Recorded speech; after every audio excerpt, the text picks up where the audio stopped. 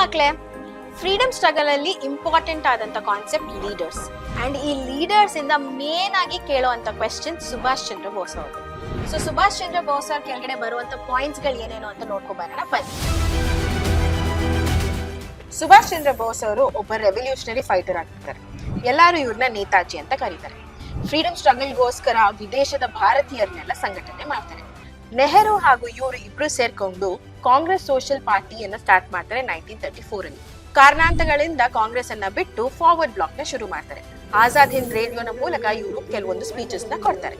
ಡೆಲ್ಲಿ ಚಲೋ ಅನ್ನ ಶುರು ಮಾಡ್ತಾರೆ ಹಾಗೂ ಒಂದು ಫೇಮಸ್ ಸ್ಲೋಗನ್ ನ ಕೂಡ ಹೇಳ್ತಾರೆ, give me blood I will give you freedom ಅಂತ. INA ಹಾಗೂ ಬ್ರಿಟಿಷರ ನಡುವೆ ಒಂದು ಫಿಯರ್ಸ್ಫುಲ್ ಬ್ಯಾಟಲ್ ಆಗುತ್ತೆ. And one fine day aeroplane ನ ಕ್ರಾಶ್ ನ ಮೂಲಕ ಬೋಸ್ ಅವರು ಸಾಯ್ತಾರೆ.